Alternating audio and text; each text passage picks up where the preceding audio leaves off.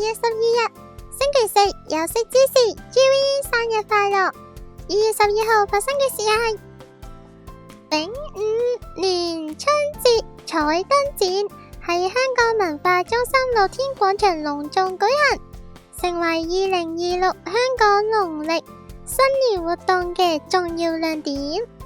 今次嘅彩燈展匯集咗多款嘅精緻花燈作品，靈感源自於香港非物質文化遺產，包括駿馬、福鼠、仲有醒獅等等主題嘅創意設計，巧妙咁樣融合咗傳統工藝仲有節慶氛圍，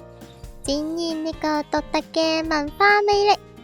另外，展覽當中都有一啲中式長衫、全盒、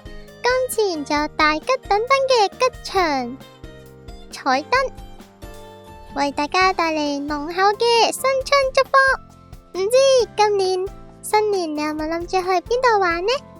定係可能會成個新年假都留喺屋企，好好地打機休息，睇啲自己想睇嘅嘢咁啊！今年想對 Jiwin 講嘅嘢係，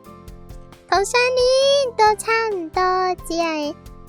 大時大節間唔中會見下面咁樣。不過今年都係希望你有好好地度過，做咗自己想做嘅嘢，有興趣做嘅嘢，又可以睇到自己追到自己想睇嘅星咁樣啦。最後再次祝你生日快樂，希望你除咗生日睇到呢條祝福點，會笑齋，每日都開開心心啦。